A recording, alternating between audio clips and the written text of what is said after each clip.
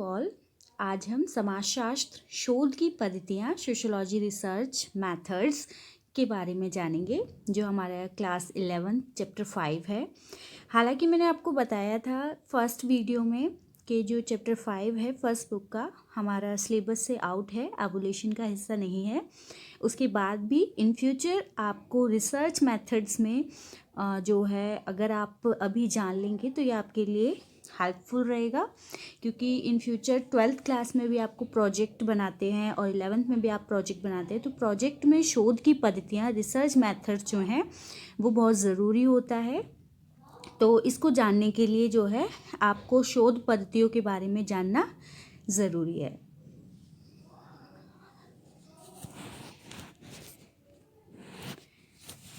जैसा कि आपकी स्क्रीन पर दिखाया हुआ है, कोरोना से बचाव के उपाय: बार बार हाथों को धोते रहें, बिना मास्क बाहर न जाएं, 2 गज की दूरी बनाए रखें, सार्वजनिक स्थानों पर थूके नहीं, और ज़्यादा अधिक आवश्यकता पड़ने पर मेडिकल हेल्पलाइन नंबर जो है आप उस पर कॉल कर सकते हैं।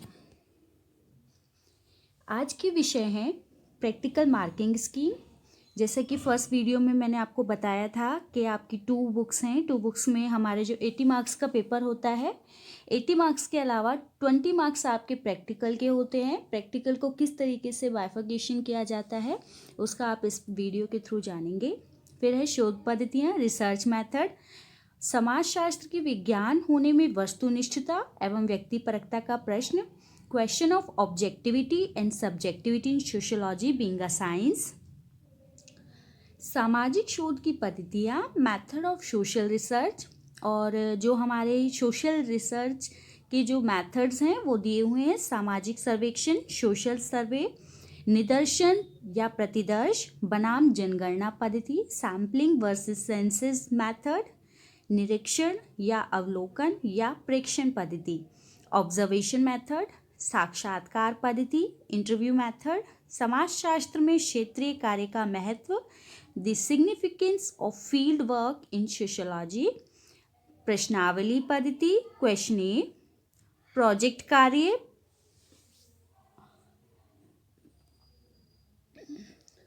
इस ऑनलाइन कक्षा में जुटाई गई संबंधित संपूर्ण जानकारी किसी न किसी प्रकार के सोर्सेज से ली गई है जो तथ्यों पर आधारित है। ये जानकारी गूगल, एनसीईआरटी पुस्तक, सहायक सामग्री, शिक्षा विभाग के कई संचालित चलचित्र व अन्य पुस्तकों द्वारा इकट्ठी की गई है, जिसके लिए मैं उन सभी का धन्यवाद करती हूँ। Padma, PGT sociology. इसमें किसी भी जाति, धर्म या रंग को विशेष दर्जा नहीं दिया गया है। इस कक्षा में प्रयुक्त शब्द जाति, धर्म, रंग, अमीर, गरीब, ऊंच नीच, क्षेत्रवाद, भाषा आदि का प्रयोग विशेष तौर पर विषय को समझाने के लिए प्रयुक्त किया गया है। ये किसी प्रकार से किसी भी जाति, धर्म, रंग भेद, भाषावाद, क्षेत्रवाद, ऊंच नीच आदि को बढ़ावा या विशेष दर्जा नहीं देते हैं। सबसे पहले आज हम जानेंगे प्रैक्टिकल मार्किंग स्कीम। ये आपका इम्पॉर्टेंट है क्योंकि आप लोग 11th में प्रैक्टिकल प्रोजेक्ट फाइल बनाते हैं और आपके प्रैक्टिकल होता है। फिर आप 12th क्लास में भी एज यूजुअल सेम आपको प्रोजेक्ट फाइल बनानी होती है और प्रैक्टिकल होता है। तो उसी के बेस पर आपका जो है बाइफर्केशन जो है समझाया हुआ है। प्रैक्टिकल जो है आपका 20 मार्क्स का होता है। इसको 3 पार्ट्स में डिवाइड किया गया है। 10 मार्क्स आपकी प्रोजेक्ट फाइल के होते हैं। प्रोजेक्ट फाइल सबको पता ही होगा। प्रोजेक्ट फाइल जो है आप अपनी हैंडमेड जो प्रोजेक्ट फाइल है वो बनाई जाती है, जिसके अंदर 30 to 35 पेजेस की शीट्स लगती हैं, जिसमें फर्स्ट पेज आपका आपके इंट्रो का होता है, second page index, third page आभार ज्ञापन, प्रस्तावना, और नेक्स्ट पेज से आपका जो है प्रोजेक्ट जो भी आपका टॉपिक है वो दिया जाता है। वीडियो के अंत में कुछ टॉपिक्स आपको दिए गए हैं जिसके ऊपर आपको प्रोजेक्ट फाइल बनानी है।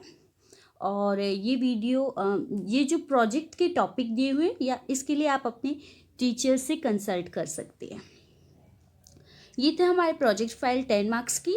फिर आता है research based return practical marks. 8 marks का होता है जो आपको आपके स्कूल में लिया जाता है। इसके लिए 12th क्लास में बाहर से जो एक्सटर्नल आते हैं और 11th क्लास में आपके टीचर्स जो होते हैं, पर्टिकुलर जो सब्जेक्ट टीचर्स होते हैं, वो आपका इसका 8 मार्क्स का return based on research based जो है आपका प्रैक्टिकल लिया जाता है।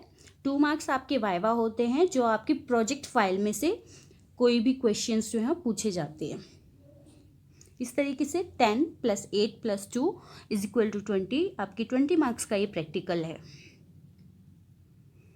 अब हम जानेंगे शोध की पद्धतियाँ, रिसर्च मेथड्स। जैसा कि मैंने आपको बताया बेटा, ये आपको आने वाली क्लासेस में हेल्प करेंगी, तो इसको जान लेना आपके लिए अच्छा है। तो और आपको प्रोजेक्ट फाइल में भी मदद मिलेगी, क्योंकि प्रोजेक्ट फाइल में हमेशा हम रिसर्च मेथड्स हैं वो लिखते हैं कि किस मेथड के थ्रू आप जो है इस कंक्लूजन में पहुँचे हैं या किसी टॉपिक को कवर अप करते हैं।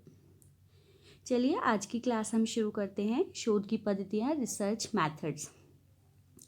समाजशास्त्र कुछ निश्चित पद्धतियों के माध्यम से ही सामाजिक क्रियाओं, संबंधों, तथ्यों, परिस्थितियों, प्रक्रियाओं आदि की शोध या अध्ययन करता है।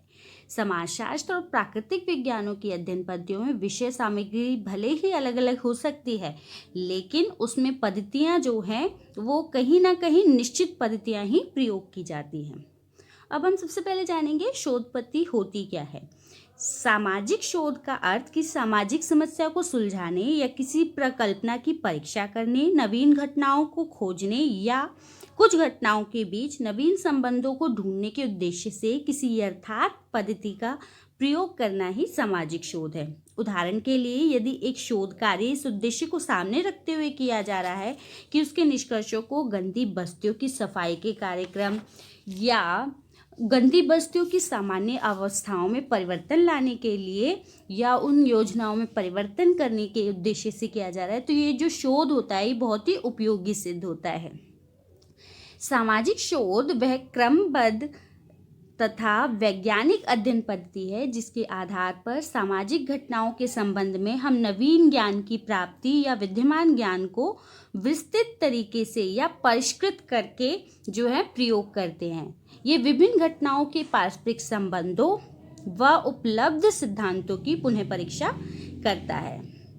सामाजिक शोध किसी सामाजिक समस्या को सुलझाने या किसी प्रकल्पना की परीक्षा करने, नवीन घटनाओं को खोजने या घटनाओं के बीच नवीन संबंधों को ढूंढने के उद्देश्य से किसी यथार्थ पद्धति का उपयोग है। आपको एग्जाम्पल आपकी स्क्रीन पर दिया हुआ है कि अगर हमें किसी भी विषय पर जब हम रिसर्च करते हैं तो उसमें कहीं ना कहीं परिवर्तन लाने के उद्देश्य से या उसके बारे में जानने के उद्देश्य से उस सामाजिक शोध पद्धति का प्रयोग किया जाता है। सामाजिक घटनाओं या विद्यमान सिद्धांतों के संबंध में नवीन ज्ञान की प्राप्ति के लिए प्रयोग में लाई गई वैज्ञानिक पद्धति सामाजिक शोध है। अब हम जानेंगे समाजशास्त्र के विज्ञान होने में वस्तुनिष्ठता एवं व्यक्तिपरकता का प्रश्न। Question of objectivity and subjectivity in sociology being a science.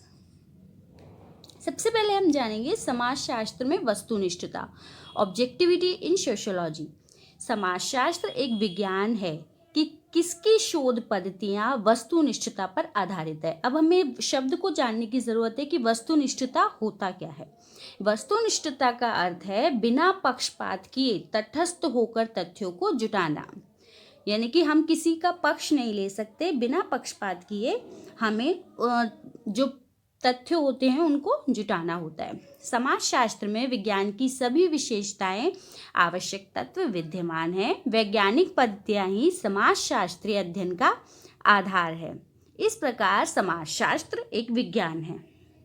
शोध में जब भी वस्तुनिष्ठता तभी आती है जब शोधकर्ता जो होता है अपने व्यक्तिगत भावनाओं, पूर्वाग्रहों और आचार व्यवहार के विमुख होकर शोध से संबंधित वास्तविक तथ्य एकत्र करता है।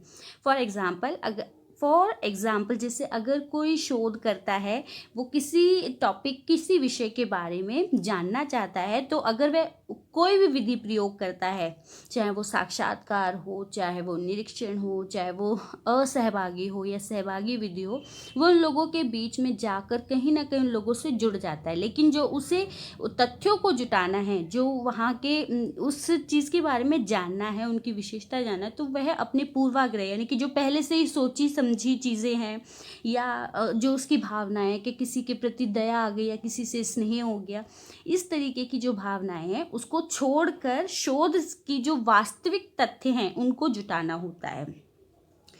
और इस प्रकार वह अपना जो निष्कर्ष है वो सही देता है या सिद्धांत पारित करता है। ठीक है, तो यही चीज़ है कि समाजशास्त्र में वस्तुनिष्ठता यानी कि ऑब्जेक्टिविटी होना ज़रूरी है। समाजशास्त्र एक वस्तुनिष्ठ विज्ञान है कि जांच हम कैसे कर सकते हैं, इसके कुछ पॉइंट्स मैंने दिए हैं स्क्रीन पर। वैज्ञानिक पद्धतियाँ प्रयुक्त, अडॉप्टेड साइंटिफिक मेथड। वैज्ञानिक पद्धतियाँ प्रयोग में लाई जाती है। भौतिक एवं प्राकृतिक विज्ञानों की भांति समाजशास्त्र ने भी अपने अध्ययन क्षेत्र में अनेक वैज्ञानिक पद्धतियों को विकसित किया है, जैसे सामाजिक सर्वेक्षण पद्धति, सामाजिक निरीक्षण या अवलोकन पद्धति, साक्षात्कार पद्धति, व्यक्तिक जीवन अध्ययन पद्धति, क्षेत्रीय अध्ययन पद्धति आदि। समाजशास्त्र में अधिकाधिक वैज्ञानिक पद्धतियाँ प्रयोग होने के कारण ये वस्तुनिष्ठ विज्ञान है।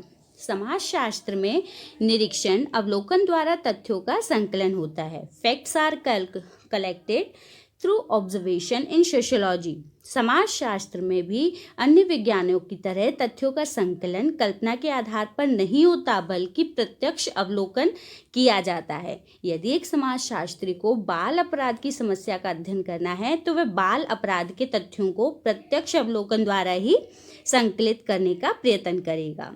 थर्ड पॉइंट है, समाजशास्त्र में तथ्यों का विश्लेषण और वर्गीकरण भी होता है। Facts are analysed and classified in sociology. समाजशास्त्र में निष्कर्षों पर पहुंचने के लिए तथ्यों का विश्लेषण एवं वर्गीकरण करना पड़ता है। यह विशेषता उसको एक विज्ञान की श्रेणी में लाती है। फिर समाजशास्त्र में कार्य कारण संबंधों की स्थापना एवं व्याख्या होती है। Establishment and interpretations of cause and effect relations are made in sociology। समाजशास्त्र की वैज्ञानिक प्रकृति की एक विशेषता यह भी है कि इसमें कार्य कारण संबंधों की स्थापना एवं उनकी व्याख्या होती है। वास्तव में कोई भी घटना किसी देवी या जादुई चमत्कार से जुड़ी हुई नहीं होती, बल्कि उसका कोई विशेष कारण होता है। समाजशास्त्री उन कारणों को ढूंढ कर निकालता है। फॉर एग्जाम्पल, जैसे भारत में गरीबी है तो उसका कोई कारण अवश्य होगा। गरीबी की समस्या पर शोध करने वाला समाजशास्त्री इसके कारणों की खोज करेगा, जैसे बेरोजगारी हो गई, अशिक्षा होगी, जनसंख्या में अत्यधिक वृद्धि हो गई आदि। वह उसको कोई जादू या चमत्कार का दर्जा नहीं दे सकता है। अगला है, समाजशास्त्र में क्या है का वर्णन होता है। It is described what is only in sociology. समाजशास्त्र में क्या है का वर्णन होता है। क्या है, अच्छा है, क्या बुरा है, क्या होना चाहिए आदि का समाजशास्त्र में वर्णन नहीं होता, बल्कि क्या किया जाता है, इसमें क्या है यानी कि टॉपिक है क्या, विषय क्या है, उसके बारे में जाना जाता है। समाजशास्त्री भारतीय जाति प्रथा का अध्ययन करता है तो वह भारतीय जाति प्रथा से संबंधित पूरे तथ्यों का जिस रूप में वह अवलोकन करता है उसी रूप में उनको वो प्रस्तुत करता है, ना कि वह यह बताएगा कि जाति प्रथा बुरी है या फिर अच्छी है। इस तरीके का कार्य वह नहीं करता। समाजशास्त्र में सिद्धांतों की पुनर्परीक्षा भी संभव है। It is possible to re examine principles in sociology. समाजशास्त्री के लिए आवश्यक नहीं है कि वे अपने पहले से विद्वानों द्वारा बनाए गए नियमों और सिद्धांतों को बिना संकोच के, बिना तर्क वितर्क किए ग्रहण कर ले, बल्कि इसके अंदर वैज्ञानिक पद्धति के द्वारा सभी समाजशास्त्रीय नियमों की आज परीक्षा या पुनर्परीक्षा संभव है, यानी वे समय के साथ बदलाव ला सकता है। समाजशास्त्र में भविष्यवाणी भी संभव है। Predictions are also possible in sociology. आज समाजशास्त्र में भविष्यवाणी करने की क्षमता है। इसका कारण ये है कि वर्तमान सामाजिक अवस्थाओं या परिस्थितियों का अध्ययन करके समाजशास्त्री अनेक प्रकार की भविष्यवाणी कर सकता है, जैसे किस विशेष परिस्थिति में व्यक्ति का विघटन संभव हो सकता है। विघटन यानी कि व्यक्ति जो है वो समाज से अलग हो सकता है। किस विशेष परिस्थिति में जाति प्रथा निर्बल होगी, ऐसी कई बातें समाजशास्त्री बता सकते हैं। अब हम जानेंगे समाजशास्त्र में व्यक्तिपरकता, सब्जेक्टिविटी इन सोशियोलॉजी। समाजशास्त्र में व्यक्तिपरकता आ जाने का कारण इसके शोध पद्धतियों को वस्तुनिष्ठ विज्ञान नहीं कहा जा सकता। एक्चुअली मैंने आपको फर्स्ट वीडियो में बताया भी था, फर्स्ट चैप्टर में हमने पढ़ा भी था कि कुछ समाजशास्त्री समाजशास्त्र को विज्ञान का दर्जा देते हैं, लेकिन कुछ समाजशास्त्री इसके विपक्ष में खड़े होते हैं। कुछ समाजशास्त्रों का ये मानना है, शास्त्रियों का, कि ये जो विज्ञान है ये विज्ञान नहीं है, ये सामाजिक विज्ञान है। उनका ये कहना है कि समाजशास्त्री किसी सामाजिक समस्या का अध्ययन करते समय अपनी निजी भावनाओं, धारणाओं, पूर्वाग्रहों आदि को पूर्णतः नहीं त्याग पाता, इसलिए उनके निष्कर्षों में व्यक्तिपरकता आने की संभावना होती है। अब उन्होंने कई वैज्ञानिकों ने ऐसा कई समाजशास्त्रियों ने इस तरीके का तर्क क्यों दिया है, उसके कुछ पॉइंट्स दिए हुए हैं। जैसे कि पहला, सामाजिक घटनाओं की जटिलता, the complexity of social phenomena. जो हमारे लुनबर्ग समाजशास्त्री है, उनका कहना है कि सामाजिक संबंध, एक सामाजिक व्यवहार अत्यधिक जटिल होते हैं। किसी भी मानव व्यवहार जैसे कि विभिन्न भौतिक, सामाजिक, मनोवैज्ञानिक व आर्थिक कारकों द्वारा निर्धारित एवं प्रभावित होता है। सामाजिक घटना की इसी जटिलता के कारण ही अनेक विचारक समाजशास्त्र को विज्ञान नहीं कहते हैं। दूसरा है, समाजशास्त्र में वस्तुनिष्ठता का अभाव है, lack of objectivity in sociology. वस्तुनिष्ठता का संबंध सत्य की खोज से है।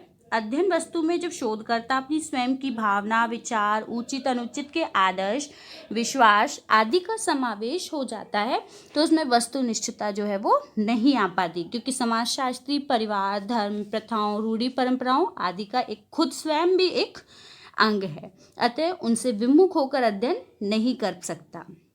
अगला है, सामाजिक घटनाओं में सार्वभौमिक गुणों का अभाव, lack of universal qualities of social phenomena.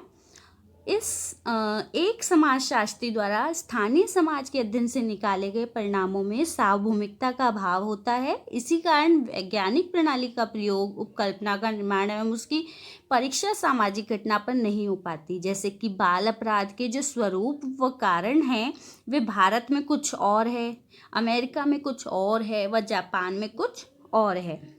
अगला है, समाजशास्त्र में सामाजिक घटनाओं को मापा नहीं जा सकता। Social phenomena can not be assessed in sociology. सामाजिक घटनाएं अमूर्त होती है, उन्हें एक निश्चित पैमाने में नहीं मापा जा सकता। इसका कारण है कि प्राकृतिक विज्ञानों की तरह समाजशास्त्र में यथार्थता जो है वो नहीं आती है। जैसे माँ बाप के संबंध को या सहयोग, संघर्ष, आत्मसात आदि के बारे में केवल बातचीत ही की जा सकती है, उन्हें पैमाने से या अंकों में व्यक्त नहीं किया जा सकता। समाजशास्त्र में प्रयोगशाला का अभाव है, नो लैबोरेटरी इन सोशियोलॉजी। समाजशास्त्र में प्रयोगशाला का अभाव होने के कारण भी उसे एक विज्ञान बनने में बाधा डलती है। जैसे किसी परिवार में सास बहू के झगड़े का अध्ययन या बाल अपराधी की मानसिकता का अध्ययन प्रयोगशाला में करना संभव नहीं है। इन्हीं कठिनाइयों के कारण समाजशास्त्र विज्ञान नहीं हो सकता। समाजशास्त्र भविष्यवाणी करने में असमर्थ है। Sociology incapable of making prediction. भौतिक विज्ञानों की तरह समाजशास्त्र भविष्यवाणी करने की क्षमता नहीं रखता।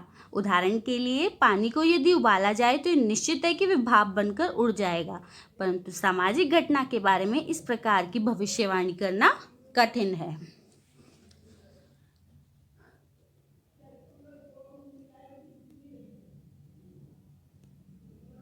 अब हम जानेंगे सामाजिक शोध की पद्धतियाँ, मेथड ऑफ सोशल रिसर्च।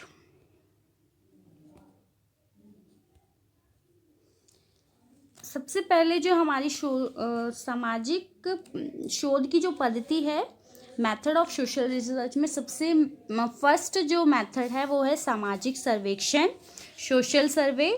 निरीक्षण परीक्षण की वह वैज्ञानिक पद्धति जो किसी सामाजिक समूह या सामाजिक जीवन के किसी पक्ष या घटना के संबंध में वैज्ञानिक अध्ययन करने में प्रयुक्त होती है, वही सामाजिक सर्वेक्षण होता है। सर्वेक्षण जो है वो समष्टि पद्धति का उदाहरण है। अगर आपको फर्स्ट चैप्टर याद हो तो हमने समष्टि और व्यष्टि पढ़ा था। समष्टि होता है बहुत ही बड़े स्तर पर समूहों का अध्ययन करना, और व्यष्टि होता है कुछ क्षेत्र या कुछ लोगों के बीच का अध्ययन करना। ठीक है, फिर हम जानेंगे सामाजिक सर्वेक्षण के उद्देश्य, कार्य, ऑब्जेक्टिविटी। इससे पहले थोड़ा सा सामाजिक सर्वेक्षण के बारे में बता देती हूँ कि सामाजिक सर्वेक्षण में जो है बहुत से लोगों की भूमिका होती है। ये लोग सर्वेक्षण की योजना बनाते हैं और अध्ययन का अभिकल्प करते हैं, डिज़ाइन तैयार करते हैं। इसमें रिसर्चर जो होते हैं और उनके कुछ शोध सहायक यानी कि रिसर्च असिस्टेंट्स होते हैं। जिन लोगों को सर्वेक्षण का आधार बनाया जाता है उन्हें रिस्पोंडेंट्स या उत्तरदाता कहते हैं, क्योंकि वे शोधकर्ता के प्रश्नों के उत्तर देते हैं। और ये जो सर्वेक्षण होती है ये व्यक्तिगत मुलाकातों के द्वारा भी हो सकती है, टेलीफोन के द्वारा, कंप्यूटर की सुविधा अगर है तो उसके द्वारा, इंटरनेट और ईमेल द्वारा भी सर्वेक्षण जो है वो कराया जा सकता है। अब हम जानेंगे सामाजिक सर्वेक्षण के उद्देश्य व कार्य। सामाजिक तत्वों का जो है इसमें संकलन होता है, कलेक्शन ऑफ सोशल फैक्ट्स। फिर सामाजिक समस्याओं का अध्ययन, स्टडी ऑफ सोशल प्रॉब्लम्स। श्रमिकों की दशाओं का अध्ययन किया जाता है इसके अंदर, study the condition of labours. व्यवहारिक महत्व, प्रैक्टिकल इम्पोर्टेंस। कार्य कारण संबंध का ज्ञान, knowledge of cause effect relation. फिर सामाजिक सिद्धांतों की पुनर्परीक्षा, रीटेस्टिंग ऑफ सोशल थ्योरीज। उपकल्पना का निर्माण और परीक्षा, construction and testing of hypothesis. समाज सुधार, सोशल रिफॉर्म्स। सामाजिक सर्वेक्षण के जो प्रमुख चरण हैं, मेन स्टेप्स ऑफ सोशल सर्वे, इसमें हमारे जो सोशोलॉजिस्ट है यंग, इनका ये कहना है कि यंग जो हैं वो संयुक्त राष्ट्र संघ के कृषि विभाग के प्रमुख ग्रामीण समाजशास्त्री रहे हैं और इन्होंने ही जो है सामाजिक सर्वेक्षण के अवस्थाओं को कुछ भागों में बांटा है, जिसमें आता है सबसे पहले सर्वेक्षण का आयोजन, प्लानिंग ऑफ सर्वे, जिसके अंदर उद्देश्य का निर्धारण करना होता है, सर्वेक्षण आयोजन समिति का निर्माण, सर्वेक्षण का निर्धारण, आय व्यय का निर्धारण, अध्ययनकर्ताओं का संगठन और प्रशिक्षण, अध्ययन पद्धति का चुनाव करना, सर्वेक्षण के लिए समुदाय को तैयार करना। फिर आता है तथ्यों का संकलन, कलेक्शन ऑफ डाटा, जिसके अंदर सूचनादाताओं से संपर्क स्थापित किया जाता है, कार्यकर्ताओं का निरीक्षण किया जाता है और संकलित तथ्यों की जांच पड़ताल की जाती है। थर्ड आता है तथ्यों का विश्लेषण, एनालिसिस ऑफ डाटा, अनुसूचित तथ्यों का संपादन किया जाता है, सामग्री का वर्गीकरण, सामग्री को संक्षिप्त रूप प्रदान करना, फिर सामग्री को तालिका में दिखाना, पुनः सारणीय तुलना और व्याख्या करना, फिर समाजशास्त्री नियमों का निर्माण करना और अंत में तथ्यों का प्रदर्शन, प्रेजेंटेशन ऑफ डाटा, तथ्यों को चित्र में दिखाना, सर्वेक्षण की रिपोर्ट तैयार करना, परिशिष्टि और फिर अंत में रिपोर्ट को प्रकाशित करना। अब आपको यहाँ पर देखिए स्क्रीन पर सामाजिक सर्वेक्षण के प्रकार दिए गए हैं, जिसके अंतर्गत सामाजिक सर्वेक्षण के अनेक प्रकार होते हैं और ये डिपेंड करते हैं कि जो हमें जिसके लिए हम जिस सर्वे कर रहे हैं उसकी प्रकृति क्या है, उद्देश्य क्या है, क्षेत्र तथा विषय वस्तु द्वारा ही सामाजिक सर्वेक्षण जो है वो तय किया जाता है। इसमें जनगणना सर्वेक्षण, सेंसस सर्वे, निदर्शन सर्वेक्षण, सैंपल सर्वे, नियमित सर्वेक्षण, रेगुलर सर्वे, कार्यवाहक सर्वेक्षण, एडहॉक सर्वे, प्रयोग सर्वेक्षण, पायलट सर्वे, ग्रामीण सर्वेक्षण, रूरल सर्वे, नगरीय सर्वेक्षण, अर्बन सर्वे, गैर सरकारी सर्वेक्षण, नॉन गवर्नमेंट सर्वे, अर्ध सरकारी सर्वेक्षण, सेमी गवर्नमेंट सर्वे, सरकारी सर्वेक्षण, गवर्नमेंट सर्वे, सार्वजनिक सर्वेक्षण, पब्लिक सर्वे, गोपनीय सर्वेक्षण, सीक्रेट सर्वे, गुणात्मक सर्वेक्षण, क्वालिटेटिव सर्वे, गणनात्मक सर्वेक्षण, क्वांटिटेटिव सर्वे, आवर्तीपूर्ण सर्वेक्षण, रिपीटेड सर्वे। एक्चुअली ये सभी जो जितने भी सर्वेक्षण हैं ये भिन्न भिन्न प्रकार से प्रयोग किए जाते हैं और अलग अलग जगहों पर उनके उद्देश्य, उनकी ज़रूरत, उनकी प्रकृति के अनुसार या उनकी विषय वस्तु के आधार पर जो है ये सर्वेक्षण प्रयोग किए जाते हैं। अगला है सर्वेक्षण पद्धति के गुण, मेरिट्स ऑफ सर्वे मेथड। इसमें हम जो हमारी सर्वेक्षण पद्धति के क्या फ़ायदे हैं या क्या गुण हैं इसमें समाज का ज्ञान होता है, नॉलेज ऑफ सोसाइटी, इसमें हमें समाज के बारे में जानकारी प्राप्त हो जाती है। सेकंड है सामाजिक गतिशीलता की दिशा और प्रभाव का ज्ञान, knowledge of direction and impact of social dynamics, व्यक्तिकता, ऑब्जेक्टिविटी, नई उपकल्पनाओं की जानकारी, नॉलेज ऑफ न्यू हिपोथेसिस, विषय का व्यवहारिक ज्ञान, practical knowledge of the subject, पक्षपात की कम संभावना होती है, less possibility of the Beas. फिर सर्वेक्षण पद्धति के दोष क्या हैं, इसमें डीमेरिट्स ऑफ सर्वे मेथड। इसके अंतर्गत सर्वेक्षण क्षेत्र जो है वो विस्तृत बहुत है, पूर्व नियोजित और योजनाबद्ध तरीके से किया जाता है, समय और धन अधिक लगाना पड़ता है, अकुशल शोधकर्ता द्वारा संपन्न किया जाता है, सामाजिक घटनाएं अमूर्त होती है, एक पक्षीय अध्ययन पर ज़्यादा जोर दिया जाता है, वर्तमान की घटनाओं से संबंधित है तथा निकाले गए निष्कर्ष में परिवर्तन होते रहते हैं।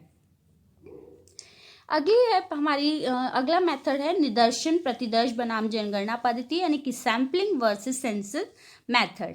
इसमें हमें सबसे पहले हमें जानना है कि निदर्शन या प्रतिदर्श कहलाता क्या है, होता क्या है, या और सेकंड है आपकी जनगणना, इसके क्या मतलब है। तो सबसे पहले हम जानते हैं समग्र में से कुछ इकाइयों को अध्ययन हेतु बानगी के रूप में चुनना निदर्शन या प्रतिदर्श कहलाता है। जैसे कि आपको एग्जाम्पल दिया, चावल की बोरी में से मुट्ठी भर दाने लेकर प्रशिक्षण करना, ये हम मोस्टली दैनिक जीवन में प्रयोग किया जाता है। जैसे कई बार रसोई घर में भी गृहिणी कुछ पका रही होती है, दाल पका रही होती है, तो एक चम्मच जो है उसमें से पूरे कुकर में से एक चम्मच दाल का चख कर देखना भी जो है सैंपल या निदर्शन या प्रतिदर्श कहलाता है। फिर है जनगणना। जनगणना का अभिप्राय समग्र या संपूर्णता की सभी इकाइयों से जानकारी प्राप्त करना होता है। इसका है जनसंख्या की गणना। अच्छा, अब हम जानेंगे कि इस समग्रता की इकाई जो है एक समूह, समुदाय, तहसील, जिला, राज्य या संपूर्ण राष्ट्र हो सकता है। निदर्शन या प्रतिदर्श इन संपूर्ण इकाइयों में से चुना हुआ उपसमूह होता है जिसकी सभी इकाइयों में जानकारी प्राप्त करनी होती है। चुनी हुई इकाइयों के अध्ययन या जानकारी से जिस घटना, सामाजिक समस्या के बारे में तथ्य उजागर होते हैं उन्हें संपूर्ण इकाइयों के लिए सही मान लिया जाता है। अब है निदर्शन अध्ययनों को प्राथमिकता देने का कारण। इसका कारण है कि अनुसंधान क्षेत्र की विशालता के कारण समग्र का अध्ययन करना संभव नहीं हो पाता, इसलिए निदर्शन के द्वारा ही समग्र का अध्ययन किया जाता है। अच्छे अनुसंधानकर्ताओं की कमी के कारण भी निदर्शन को प्राथमिकता दी जाती है। निदर्शन अध्ययनों में समय और धन की बचत होती है। निदर्शन अध्ययनों में अध्ययन की गोपनीयता भी रखी जा सकती है। फिर निदर्शन अध्ययन अधिक गहन होते हैं, इसलिए निदर्शन अध्ययनों को अधिक प्राथमिकता दी जाती है।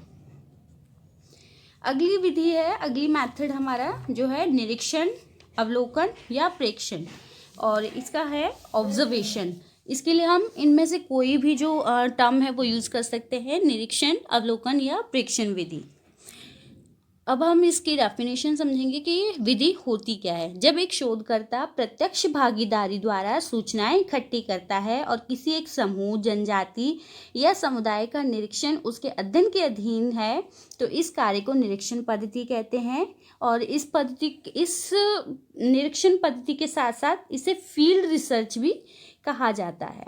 प्रत्यक्ष भागीदारी अगर आपको प्रत्यक्ष टर्म याद हो तो आमने सामने, यानी कि शोधकर्ता जो है व्यक्ति से आमने सामने मिलता जुलता है, उनके साथ रहता है या उनके जो व्यवहार है उनको देखता है, वहाँ से सूचनाएं इकट्ठी करता है और फिर वह निरीक्षण करता है। तो ये निरीक्षण पद्धति होती है, यानी कि ऑब्जर्वेशन मेथड। फिर इसकी विशेषताएं हैं कि ये प्राथमिक सामग्री का संकलन करता है, इकट्ठी करता है, प्रत्यक्ष अध्ययन की पद्धति है, मानवीय इंद्रियों का पूर्ण उपयोग किया जाता है, वो देखता भी है, ध्यान से सुनता है, ठीक है, यानी कि हर प्रकार की जो अपनी जितनी मानवीय इंद्रियां हैं उनका प्रयोग करता है। उद्देश्य पूर्ण अध्ययन होता है कि इसमें कोई ना कोई उद्देश्य होता है जिसको वो जो सामाजिक घटनाओं का अध्ययन करते समय मूल जो उनकी मेन समस्या होती है उनका निरीक्षण करता है। फिर कार्य कारण संबंध का पता लगाता है। वैज्ञानिक दृष्टि से निरीक्षण का जो उद्देश्य है वो कार्य कारण संबंधों को जानना होता है और वो उसका आसानी से पता लगा लेता है। फिर सामूहिक व्यवहार का अध्ययन, इसके अंतर्गत ये जो है बहुत ही उत्तम सामूहिक व्यवहार, यानी कि एक समूह में जाकर रहता है और उनके व्यवहार का वो आसानी से पता कर सकता है और ये बहुत ही उत्तम पद्धति मानी जाती है। अब हम जानेंगे निरीक्षण के प्रकार, काइंड ऑफ ऑब्जर्वेशन। इसको 3 पार्ट्स में डिवाइड किया है। सबसे पहली जो है हमारी सरल अथवा अनियंत्रित निरीक्षण, सिंपल और अनकंट्रोल्ड ऑब्जर्वेशन। सेकेंड है नियंत्रित निरीक्षण, कंट्रोल्ड ऑब्जर्वेशन। थर्ड है सामूहिक निरीक्षण, ग्रुप ऑब्जर्वेशन। सरल अथवा अनियंत्रित निरीक्षण को 3 पार्ट्स में डिवाइड किया गया है। सहभागी निरीक्षण, पार्टिसिपेंट्स ऑब्जर्वेशन, दूसरी है अर्ध सहभागी निरीक्षण, क्वासी पार्टिसिपेंट्स ऑब्जर्वेशन, और असहभागी निरीक्षण, नॉन पार्टिसिपेंट्स ऑब्जर्वेशन। नियंत्रित परीक्षण के 2 टाइप्स होते हैं, सामाजिक घटना पर नियंत्रण और निरीक्षणकर्ता पर नियंत्रण। अब हम इसमें जानेंगे कि सहभागी निरीक्षण क्या होता है और असहभागी निरीक्षण क्या होता है। सहभागी निरीक्षण, पार्टिसिपेटिव ऑब्जर्वेशन, इसके अंदर एक निरीक्षणकर्ता अध्ययन किए जाने वाले समूह में जाकर रहने लगता है, वे समूह में घुल मिल जाता है, समूह के सभी सदस्यों के क्रियाकलाप जो होते हैं उनमें भाग लेता है और साथ ही साथ सामाजिक संबंधों का निरीक्षण करता है। ये व्यष्टि पद्धति कहलाती है। फिर असहभागी निरीक्षण, नॉन पार्टिसिपेंट ऑब्जर्वेशन, इसके अंदर अनुसंधानकर्ता समूह या समुदाय का जिसका वो अध्ययन करना है वह निरीक्षण एक तटस्थ दृष्टा यानी कि वो किसी का भी पक्ष नहीं लेता, तटस्थ होकर वैज्ञानिक भावना से करता है। इसमें निरीक्षण करता है ना तो सदस्य बनता है ना ही क्रियाओं में भागीदारी लेता है। सहभागी निरीक्षण यानी कि सहभाग यानी कि उस समूह का भाग बनना, हिस्सा बन जाना। असहभागी यानी कि निरीक्षण जो है वो तटस्थ होकर करता है, बिना पक्षपात के, बिना भावनाओं से जुड़े वह जो है शोध करता है। फिर सहभागी निरीक्षण के गुण लाभ, मेरिट्स ऑफ पार्टिसिपेंट ऑब्जर्वेशन। सहभागी निरीक्षण के अंतर्गत ये गहन एवं सूक्ष्म अध्ययन है, प्रत्यक्ष अध्ययन है यानी कि आमने सामने का अध्ययन होता है, विस्तृत सूचनाएं मिल जाती है। जब हम एक समूह में जाकर रह रहे हैं, उनके व्यवहार को देख रहे हैं, उनकी क्रियाकलापों में हिस्सा ले रहे हैं, तो वहाँ विस्तृत सूचनाएं जो है वो प्राप्त हो जाती है। वास्तविक व्यवहार का अध्ययन होता है, संकलित सूचनाओं की परीक्षा संभव हो जाती है और ये एक सरल अध्ययन है। सहभागी निरीक्षण के दोष या हानि, डिमेरिट्स ऑफ पार्टिसिपेंट ऑब्जर्वेशन, इसके अंतर्गत पूर्ण सहभागिता संभव नहीं है यानी कि समूह में बहुत ज़्यादा लोग होते हैं तो सभी लोग हिस्सा नहीं ले सकते। फिर खर्चीली प्रणाली है, जब अनुसंधान करता या शोध करता जब वहाँ जाएगा रहेगा उनके साथ तो खर्चीली प्रणाली है। फिर अध्ययन में धीमी प्रगति है, वो धीरे जितने ज़्यादा दिन वह वहाँ रहेगा उतने ज़्यादा वो तथ्यों को संकलित कर सकता है और वही है कि भाई धीरे धीरे दिनों के अकॉर्डिंग जो है धीमी प्रगति से होता है। सीमित क्षेत्र में ज्ञान व अनुभव, अपरिचित गुणों का लाभ संभव नहीं, जिन गुणों के बारे में पता नहीं होता उसका वो फायदा नहीं उठा सकता शोधकर्ता। फिर समूह के व्यवहार में परिवर्तन, व्यक्तिगतता संभव नहीं। अब हम जानेंगे असहभागी निरीक्षण के लाभ, merits of non participant observation.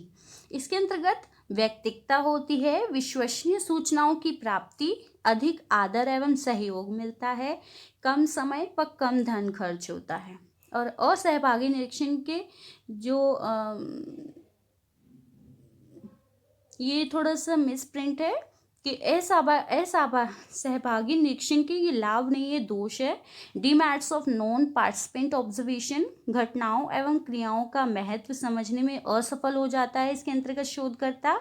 विशुद्ध असहभागी निरीक्षण और संदेहास्पद होना स्वाभाविक यानी कि उसे संदेह रहता है अपने द्वारा इकट्ठे किए गए तथ्यों पर, क्योंकि वह व्यक्ति ना तो जुड़ पाता है उन लोगों के साथ, उन समूह के साथ, बस वह जो बताई गई है वही चीज़ें वो कलेक्ट कर लेता है। फिर है अर्ध सहभागी निरीक्षण, क्वासी पार्टिसिपेंट्स ऑब्जर्वेशन। इसके अंतर्गत जो है गुड एवं हॉट, ये जो हमारे समाजशास्त्री है उन्होंने बताया है कि जो गुड एवं हॉट द्वारा समाजशास्त्री गुड एवं हॉट द्वारा अनुसंधानकर्ता अध्ययन किए जाने वाले समुदाय के कुछ साधारण कार्य में भाग लेता है। यद्यपि अधिकांशतः वह तटस्थ भाव से बिना भाग लिए उसका निरीक्षण करता है, यानी कि वह समुदाय में जाकर साधारण कार्यों में भाग तो लेता है लेकिन वह मतलब से, स्वार्थ के प्रति, और वह तटस्थ होकर तटस्थ भाव से यानी कि बिना पक्षपात किए वह निरीक्षण करता है। वहीं हमारे जो सोशलॉजिस्ट विलियम हाइट है उनका ये कहना है कि हमारे समाज की जटिलता के कारण पूर्ण एकीकरण का दृष्टिकोण अव्यवहारिक रहता है। हम पूरे समूह को एक दृष्टि से नहीं देख सकते। एक वर्ग के साथ एकीकरण से उसका संबंध अन्य वर्गों से समाप्त हो जाता है, जैसे सामाजिक उत्सवों में भाग लेना, खेल खेलना, साथ साथ खाना पीना आदि। इस प्रकार से वो क्या करता है, कहते हैं विलियम हाइट्स, उनका ये कहना है कि समाज की जो जटिलता है उसके कारण हम पूर्ण एकीकरण का दृष्टिकोण जो है वो नहीं मान सकते, वो अव्यावहारिक है। अब हम जानेंगे साक्षात्कार मेथड, इंटरव्यू। साक्षात्कार सामाजिक अनुसंधान की वह पद्धति है जिसके द्वारा साक्षात्कारकर्ता वार्तालाप के द्वारा सूचनादाता के विचारों और भावनाओं में प्रवेश करके तथ्यों का संकलन करता है। साक्षात्कार जो विधि है इसकी कुछ विशेषताएं हैं। कैरेक्टरिस्टिक्स ऑफ इंटरव्यू टेक्निक्स, इसके अंतर्गत इसके द्वारा सामाजिक जीवन और सामाजिक घटनाओं के बारे में जानकारी प्राप्त हो जाती है। ये जानकारी व्यक्तिगत संपर्क वार्तालाप के द्वारा प्राप्त होती है। इस वार्तालाप के लिए 2 या 2 से अधिक व्यक्तियों का होना अनिवार्य है। इस वार्तालाप का एक विशेष उद्देश्य होता है। इसमें अनुसंधानकर्ता और सूचनादाता के बीच आमने सामने के संबंध प्रत्यक्ष रूप से स्थापित होते हैं। इस पद्धति के द्वारा अनुसंधान के लिए अनुसंधानकर्ता और सूचनादाता के बीच व्यक्तिगत संपर्क बनाना जरूरी है। अब हम जानेंगे साक्षात्कार के प्रमुख उद्देश्य क्या हैं। इसका साक्षात्कार मेन ऑब्जेक्टिव्स ऑफ इंटरव्यू, साक्षात्कार का उद्देश्य है व्यक्तिगत सूचनाएं इकट्ठी करना, पर्सनल इंफॉर्मेशन, प्रत्यक्ष संपर्क यानी कि आमने सामने का संपर्क साधना, डायरेक्ट कॉन्ट्रैक्ट, अवलोकन संभव, ऑब्जर्वेशन पॉसिबल है इसके द्वारा। फिर समस्याओं के विभिन्न पहलुओं की जानकारी प्राप्त हो जाती है, knowledge of the diverse aspect of the problems, उपकल्पना निर्माण होती है, फॉर्मुलेशन ऑफ हाइपोथेसिस, गुणात्मक तत्वों के लिए फॉर क्वालिटेटिव इंफॉर्मेशन, अनुसंधान के अन्य प्रविधियों से प्राप्त सूचनाओं का सत्यापन हो जाता है, verification of information received from other methods.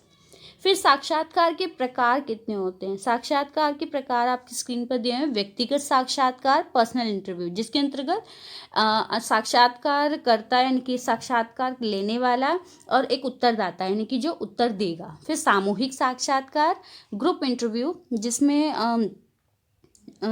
उत्तरदाताओं और साक्षात्कारकर्ता जो है 1 या 2 या 3 हो सकते हैं और उत्तरदाताओं की संख्या होती है। फिर प्रत्यक्ष साक्षात्कार, डायरेक्ट इंटरव्यू यानी कि आमने सामने का जो है साक्षात्कार लिया जाता है वो प्रत्यक्ष साक्षात्कार होता है। अप्रत्यक्ष साक्षात्कार, इनडायरेक्ट इंटरव्यू यानी कि जो टेलीफोन, इंटरनेट, ईमेल इनके द्वारा या गूगल फॉर्म के द्वारा जो साक्षात्कार लिया जाता है वो अप्रत्यक्ष साक्षात्कार होता है।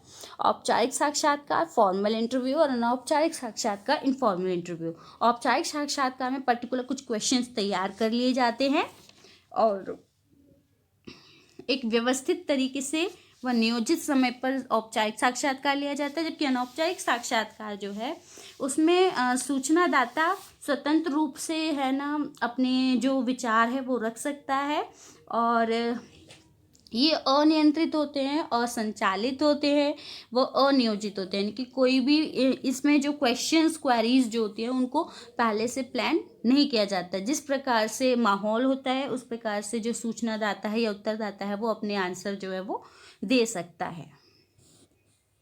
फिर है साक्षात्कार प्रविधि का महत्व, इम्पोर्टेंस ऑफ इंटरव्यू टेक्निक। साक्षात्कार प्रविधि का महत्व है कि मनोवैज्ञानिक दृष्टि से ये बहुत उपयोगी है, साइकोलॉजिकली बहुत इम्पॉर्टेंट है।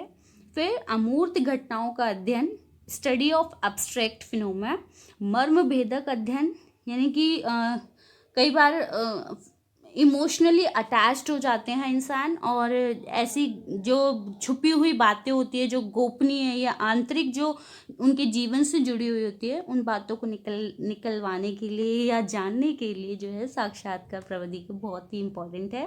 फिर भूतकालीन घटनाओं का अध्ययन, स्टडी ऑफ पास्ट इवेंट्स, सभी स्तर के व्यक्तियों का अध्ययन, study of persons at all level, स्पष्टीकरण संभव है, वेरिफिकेशन पॉसिबल, पारस्परिक प्रेरणा, इंटर स्टिमुलेशन, घटनाओं का अवलोकन, ऑब्जर्वेशन ऑफ इवेंट्स, विविध सूचनाओं की प्राप्ति का साधन, सोर्स ऑफ वेरियस इंफॉर्मेशन, लचीली पद्धति, फ्लैक्सिबल मेथड है।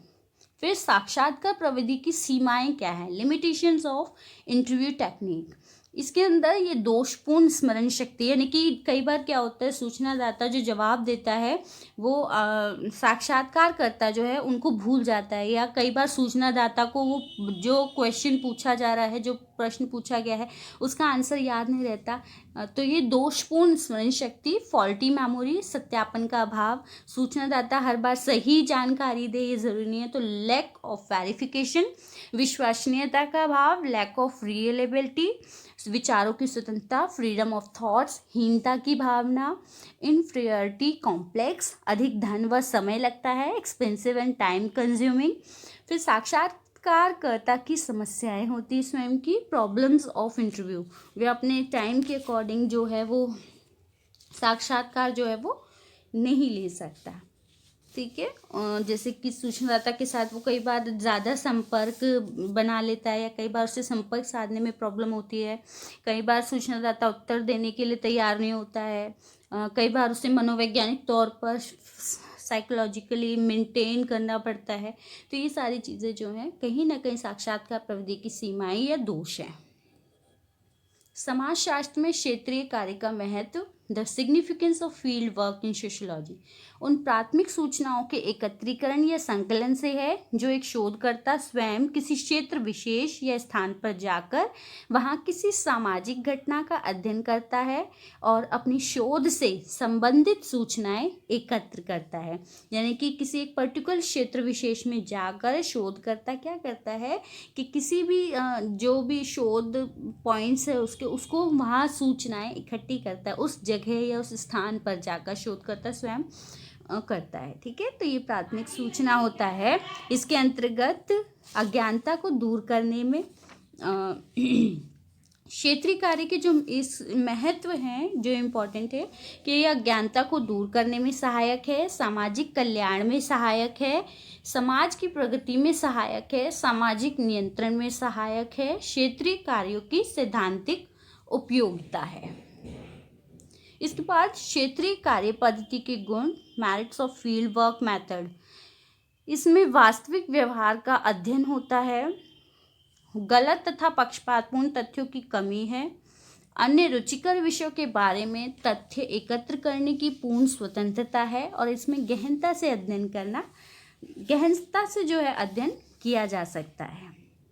क्षेत्रीय कार्य पद्धति की सीमाएं ये हैं कि बहुत समय और धन लगता है, ये पद्धति एकल शोध पद्धति है, पूर्णतः भरोसेमंद नहीं है तथा तथ्यों या आंकड़े जो हैं वास्तविकता से परे होते हैं। इसमें कई बार ग्रामीण लोग अपनी आवाज़ में देते हैं, अपनी आवाज़ में बताते हैं, तो शोधकर्ता या मानव शास्त्री या समाज शास्त्री उसे अपने ढंग से जो है वो व्याख्या नहीं कर पाता है, अपने ढंग से व्याख्या कर देता है, लेकिन जो वो ग्रामीण लोगों ने जो जवाब दिए हैं उस ढंग से उसकी व्याख्या नहीं कर पाता है। फिर है प्रश्नावली, क्वेश्चनियर।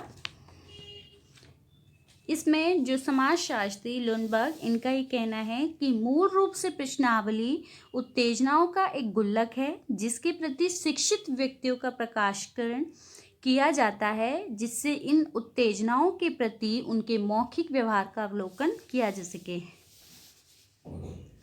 वहीं गुडे तथा हॉट जो हमारे समाजशास्त्री हैं, सोशियोलॉजिस्ट, उनका कहना है कि सामान्य रूप से प्रश्नावली से अभिप्राय प्रश्नों के उत्तर प्राप्त करने के उस उपकरण से है जिसमें एक फॉर्म प्रयोग किया जाता है जिसे उत्तरदाता स्वयं भरता है। कई बार आप सभी ऑनलाइन क्लासेस ले रहे हैं या मोस्टली कई बार किसी कंपनी में या किसी दूसरी जगह जब हम किसी रेस्टोरेंट में भी जाते हैं तो वो वहाँ पर अपना एक फॉर्म देते हैं जिसमें वो फीडबैक मांगते हैं कि किस तरीके का आपको हमारा जो है लगा, या जब आप ऑनलाइन क्लासेस लेते हैं तो उसमें गूगल फॉर्म दिए जाते हैं, या आपने कोई वर्कशॉप अटेंड करते हैं तो उसमें गूगल फॉर्म दिए जाते हैं। तो ये एक तरीके से उसमें क्या दी जाती है, वो प्रश्नावली होती है, क्वेश्चनियर होती है, जिसमें वह उसके थ्रू आपके विचार जो हैं मांगते हैं अपने किसी भी ऑर्गेनाइजेशन के लिए। ठीक है, अच्छा, सरल भाषा में प्रश्नावली सामाजिक अनुसंधान में आंकड़े संकलन करने वाला एक ऐसा उपकरण है जो कि प्रश्नों की सूची या तालिका के रूप में हो। इसे सूचनादाता स्वयं भरता है, चाहे सूचनादाता ने इसे डाक द्वारा प्राप्त किया हो या व्यक्तिगत रूप से। फिर प्रश्नावली की विशेषताएं, कैरेक्टरिस्टिक्स ऑफ क्वेश्चनियर। यह है सही जानकारी पाने के लिए प्रश्नों की सूची है, set of question that will elicit the right information. फिर अप्रत्यक्ष पद्धति है, इनडायरेक्ट मेथड। इसके अंतर्गत सूचनादाता का अनुसंधान से किसी प्रकार का प्रत्यक्ष संबंध नहीं होता, यह आंकड़े संकलन करने की अप्रत्यक्ष विधि है। ठीक है। फिर सूचनादाताओं द्वारा स्वयं भरा जाना, फिल्ड इन बाय रिस्पोंडेंट्स। फिर शिक्षित सूचनादाताओं का अध्ययन, स्टडी ऑफ लिटरेट रिस्पोंडेंट। इसमें जो सूचनादाता होता है वो स्वयं इसे भरता है और शिक्षित सूचनादाता ही को इसके लिए प्रयोग किया जाता है। विस्तृत क्षेत्र का अध्ययन, स्टडी ऑफ वाइडर एरिया। आंकड़े संकलन करने की शीघ्रतम पद्धति, quickest method to collect data. फिर गुप्त एवं आंतरिक जीवन से संबंधित आंकड़ों की प्राप्ति, collection of confidential data and other information related with internal life. जब कोई बात वह शेयर नहीं कर सकता है या उसे किसी चीज़ का भय या संकोच है तो उसके चलते भी प्रश्नावली विधि का प्रयोग किया जाता है। प्रश्नावली के प्रकार, टाइप्स ऑफ क्वेश्चन है। इसमें 3 टाइप्स दिए हुए हैं जो आपके इधर येलो कलर में दिए हुए हैं। फर्स्ट है आपका सूचनाओं के आधार पर, on the basis of information. इसमें G.A. लुनबर्ग द्वारा 2 पार्ट्स में डिवाइड किया गया है। पहले 2 पार्ट्स हैं सूचना संबंधी प्रश्नावली, क्वेश्चनियर ऑफ फैक्ट्स। फिर दूसरा है मत व मनोवृत्ति संबंधी प्रश्नावली, questionnaire of opinions and attitudes. Second है संरचना के आधार पर, on the basis of structure, जिसके लिए हमारे सोशोलॉजिस्ट P.V. यंग द्वारा उसको 2 पार्ट्स में डिवाइड किया गया है, संरचित प्रश्नावली और असंरचित प्रश्नावली। संरचित प्रश्नावली होती है स्ट्रक्चर्ड क्वेश्चनियर, असंरचित प्रश्नावली होती है नॉन स्ट्रक्चर्ड क्वेश्चनियर। फिर थर्ड होती है प्रश्नों की प्रकृति के आधार पर, on the basis of nature of questions. इसको 3 पार्ट्स में डिवाइड किया गया है, प्रतिबंधित प्रश्नावली, क्लोज्ड क्वेश्चनियर, खुली प्रश्नावली, ओपन क्वेश्चनियर, और मिश्रित प्रश्नावली, मिक्स्ड क्वेश्चनियर। प्रश्नावली निर्माण की प्रक्रिया दी हुई है आपकी स्क्रीन पर। Process of constructing of questionnaire. प्रश्नावली के चरण है, फर्स्ट अनुसंधान समस्या की जानकारी, फिर प्रश्नों की रचना करना उनके अनुसार, फिर प्रश्नों की भाषा इस प्रकार सरल व स्पष्ट देना कि सूचनादाता को उत्तर देने में कठिनाई या असहमति जो है वो महसूस ना हो। फिर प्रश्नों का स्वरूप एवं क्रम निर्धारित करना, प्रश्नों के उत्तर की सीमा निर्धारित करना। प्रश्नावली में समस्या का प्रकाश डालने वाले प्रश्न होने चाहिए कि उन्हें उनकी मूल समस्या तक पहुंचा जा सके। फिर प्रश्नों के संबंध में विशेषज्ञों से राय ले, प्रश्नावली का पूर्व परीक्षण करें और अंत में प्रश्नावली की छपाई कंप्यूटर प्रिंट पर विशेष ध्यान दें।